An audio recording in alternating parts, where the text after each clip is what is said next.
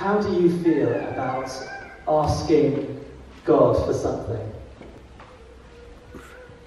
How do you feel about asking God for something? As a child, I used to be embarrassed about forthrightly asking for anything. When I was in a shop with my parents, I'd bring whatever it was I wanted to them, and I'd say, I really like this.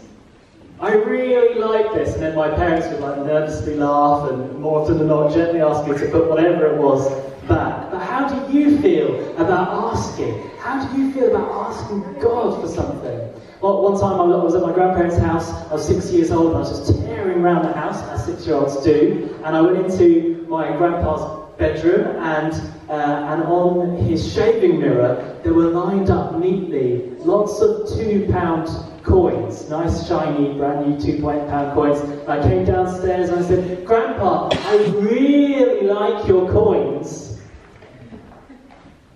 I think in a way I had my own way of asking, and I just hoped that the adults would put 2 and 2 together and maybe grant my wish, but I was not forthright about asking for something. How do you feel? How do you feel about asking God for something? Jenny and I have a puppy called Frisbee, and he can't ask for something because he can't talk. But you who have pets at home know they have their ways, don't they? Have their ways. What Frisbee does, he looks you right in the eyes, and he makes this kind of rumbling noise at the back of his throat. And it almost sounds like a growl, but it's not. It's this rumbling noise in the back of his throat when he wants something. We call it his yummy noise, because it's usually when he wants something to eat, he makes this noise. But how do you feel about asking for something? How do you feel about asking God for something?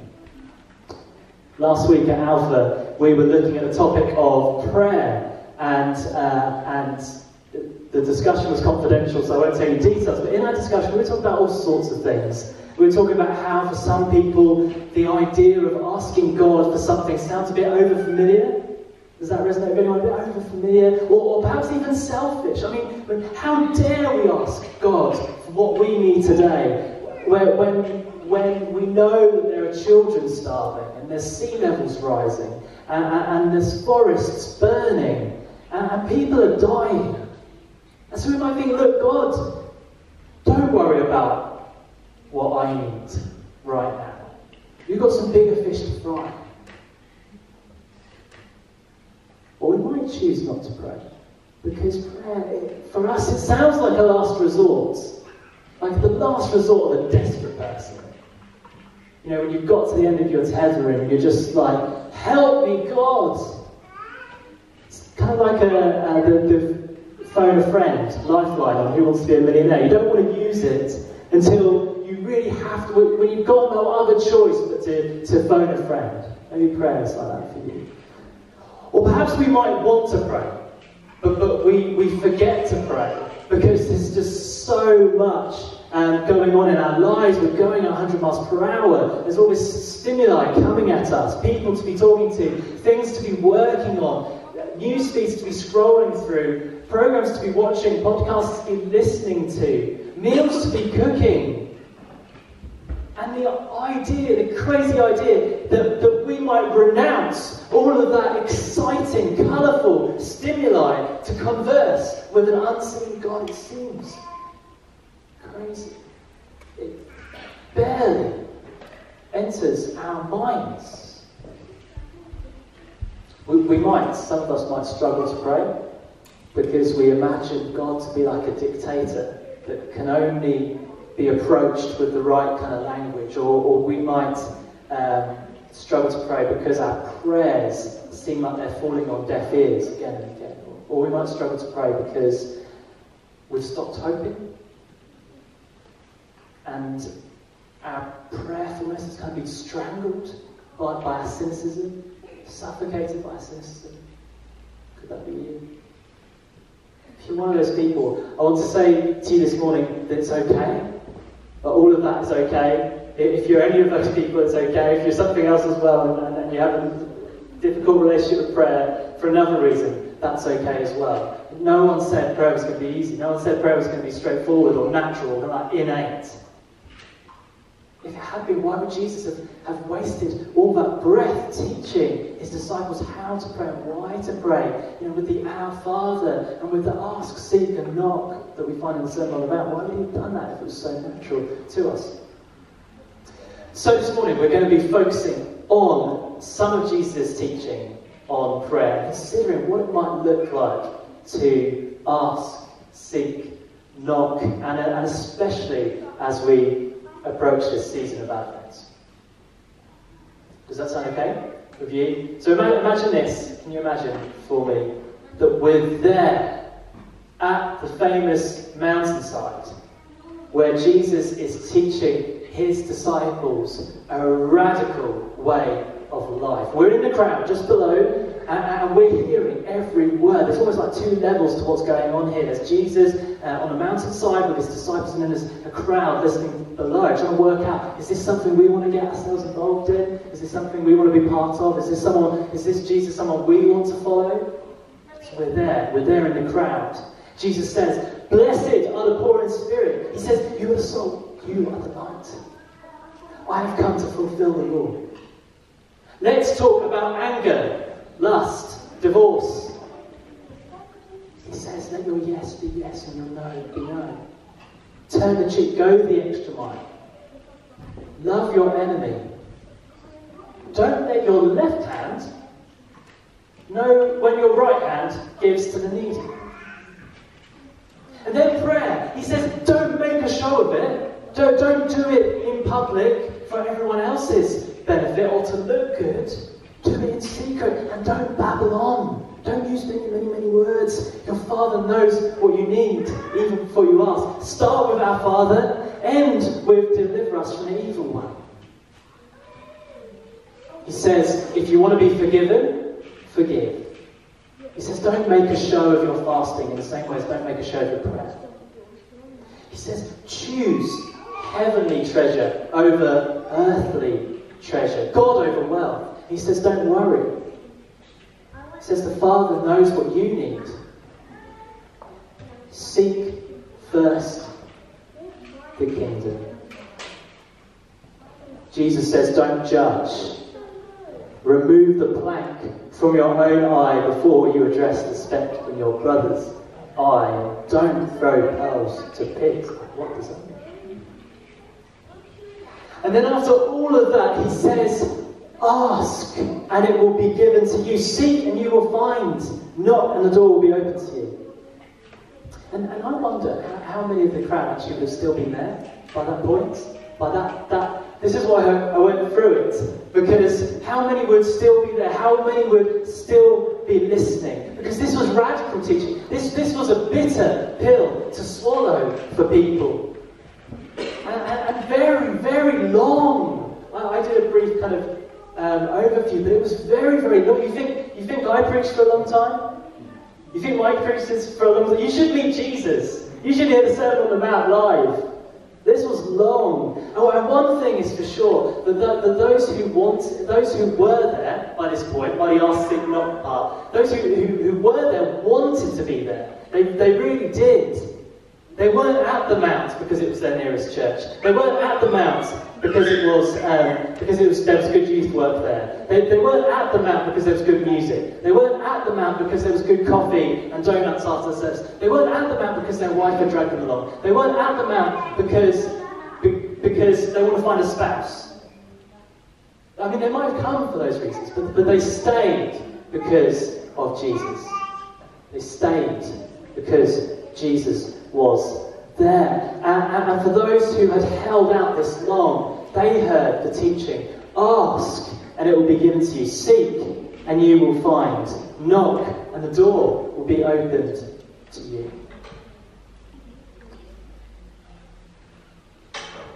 And I wonder if we need to see these verses in context of the Sermon on the Mount, because earlier Jesus was addressing those who pray in public for show, and those who babble on in their prayers, many words. So those who, in a way, pray too much in the wrong way. And in this part of the Sermon on the Mount, later on, Jesus is addressing another group entirely. He's addressing those who pray too little, or ask too little of God. It's a very, very different kind of teaching or praying.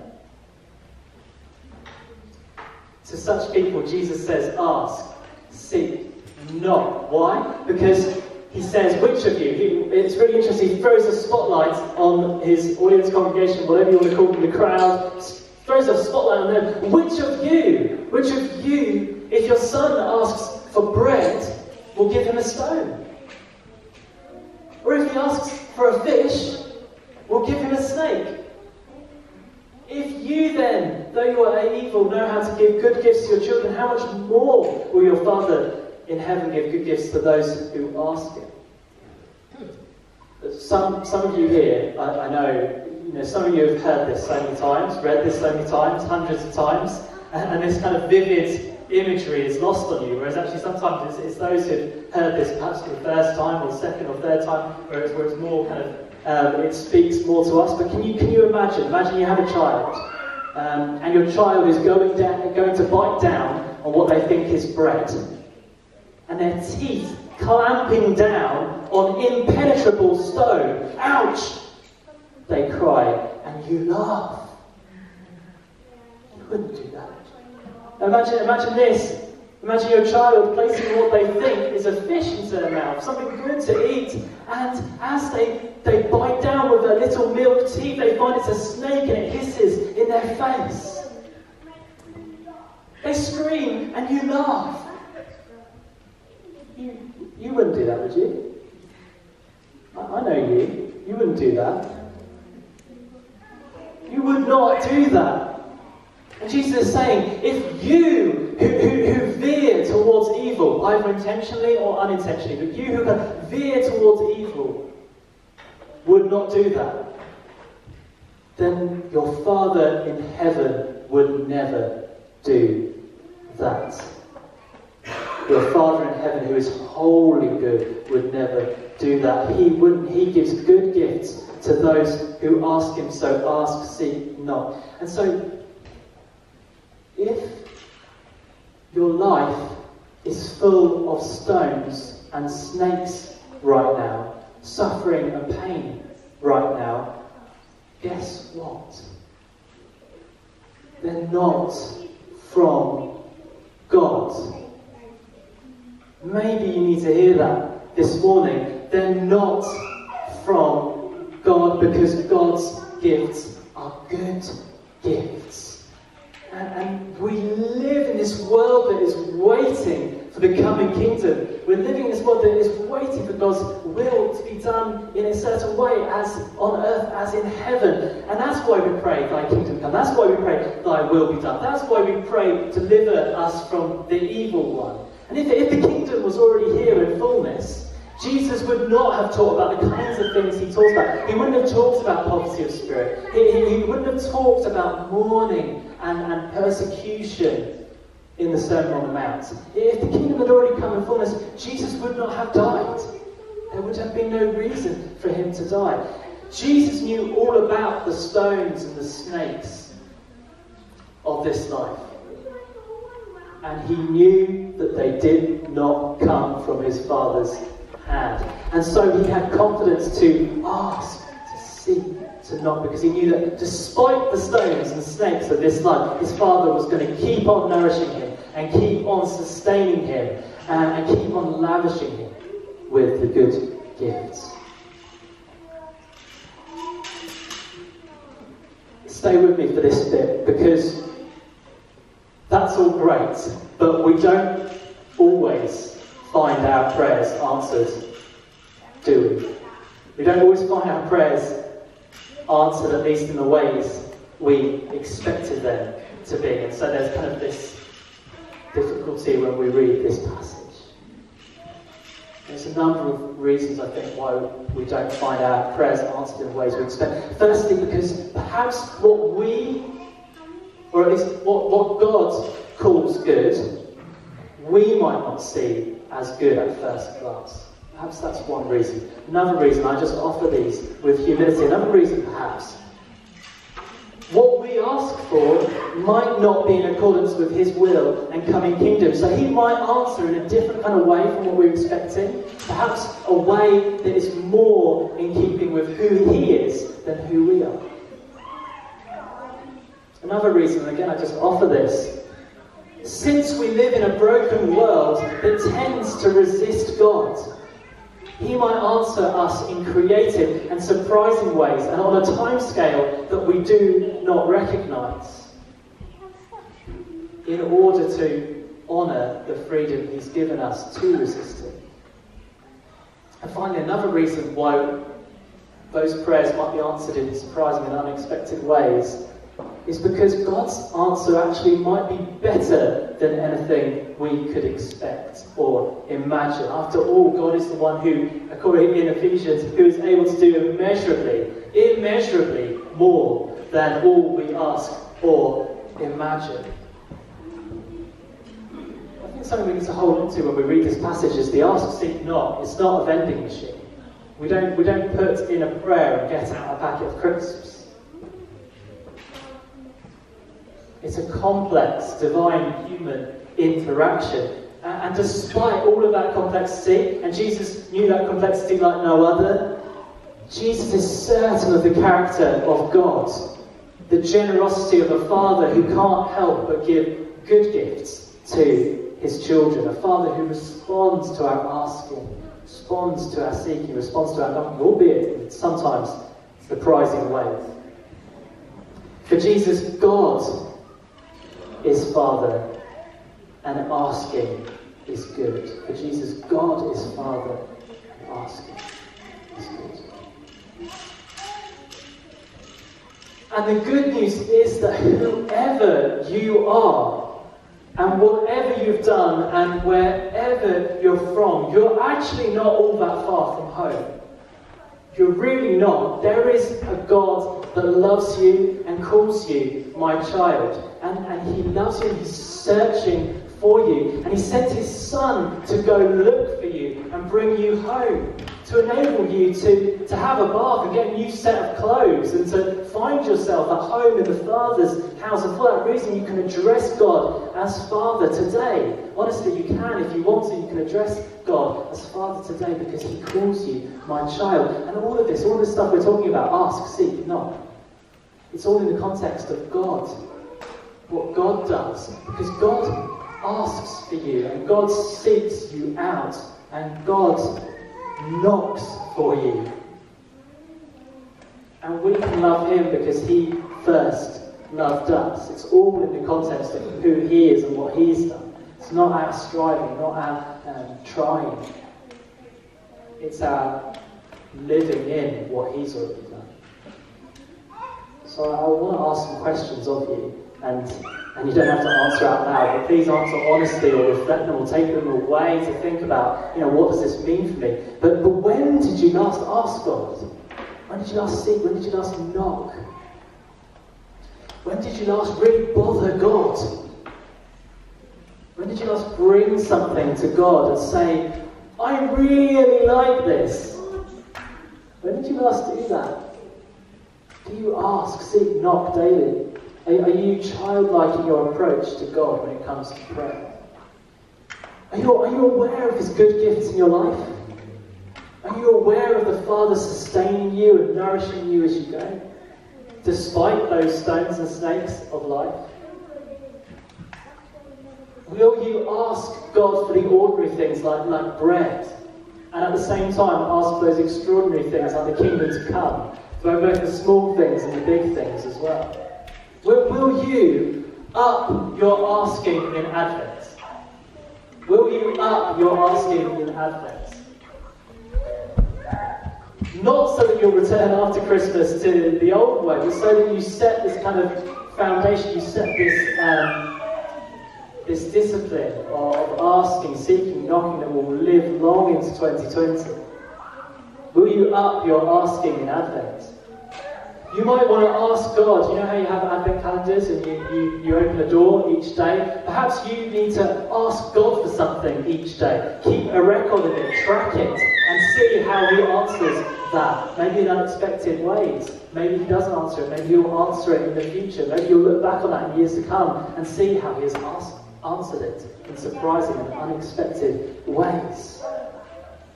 Perhaps for you, upping your asking in Advent will mean that you'll begin to kind of embark on a further adventure in your faith, a further adventure. Because perhaps you've settled. Perhaps you believe all the things and you've settled. You've got your Christian faith and you're happy and you don't need to do anymore. You don't need to ask, seek not much more other than occasionally checking in with God. But perhaps there might be a further adventure to go on in your faith if you ask, seek, knock. There's a Franciscan priest called Richard Rohr, and he explains that in the first half of our lives, that's the half I'm in, we're constructing what he calls a container, a strong container, a decent container. We need to find our place in the world.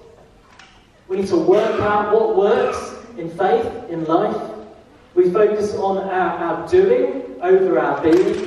We need to find ways, and this is for a good reason we focus on our doing, because we need to find ways of surviving and providing for ourselves and for those around us. This is right and normal. We need to find those right doctrines and believe them. We need to find those right rituals and carry them out. We need to know what we believe in and stick to it. We need those strong principles, strong identity, strong container. But then Richard Rohr explains that actually in the second half of our life we have to go on a further adventure and come to understand what was that container for? Why did we build that? Why were we putting all of that stuff? Why were we constructing that? He says we have to face up to some really important questions like, what am I here for? And why does it matter?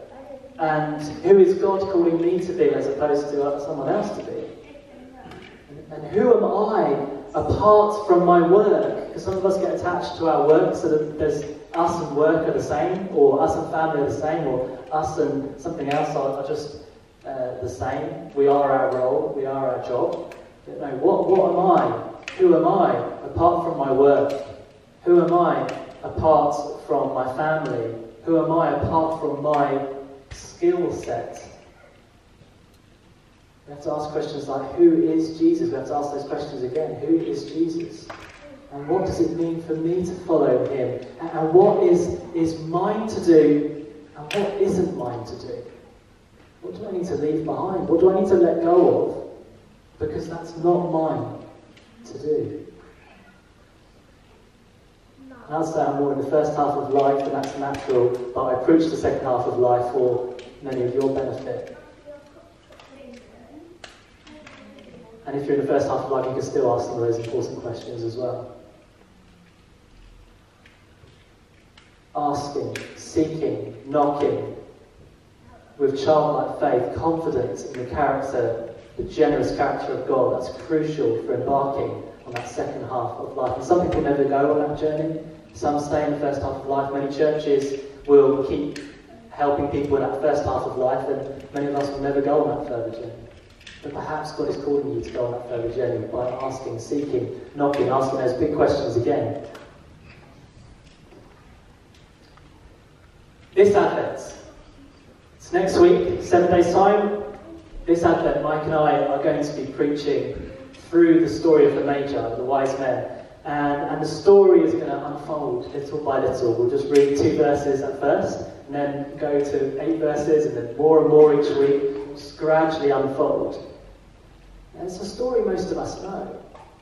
Most of us know the story. We heard it last Christmas, Christmas before. Perhaps we were a wise man, wise woman in the nativity, whatever. But would you be willing to take another look this year? Would you be willing to take another look this year? Might you see something that you didn't see that last time? Might you engage by asking, seeking, knocking? And actually that's what the wise men, the Magi, do. They ask, where is that newborn king? Where is he to be born? They seek after Jesus, searching by the starlight. They knock on that door of the stable or house, whatever it was, all in pursuit of Jesus. So will you ask, seek, knock this Advent? Will you join the Magi in that this year? Will you decide not just to go through the motions, and that would be easy, not to go through the motions, but to actively ask, seek, knock, and discover something you didn't see before in that story. Possibly even discover Jesus afresh. So what kind of church will we be this Advent? What kind of church will Worthing Baptist Church be this Advent? A church that asks, seeks, knocks? A church with confidence in that generous character of God? A church that asks boldly? A church that knows the difference between good gifts of God and the stones and snakes of life? A church that's open to prayers being answered in unexpected and surprising ways. A church that asks for daily bread and the coming kingdom. A church that asks for small and big. A church that is open for this further adventure of faith, open to all that God might teach us in the second half of life as well as the first half of life. A church that is willing to ask afresh the questions, who is God and who are we? A church that asks, seeks, knocks for Magi. A church that will see something different in the story this year. A church that will discover Jesus afresh this Advent and Christmas. May we be such a church. Amen.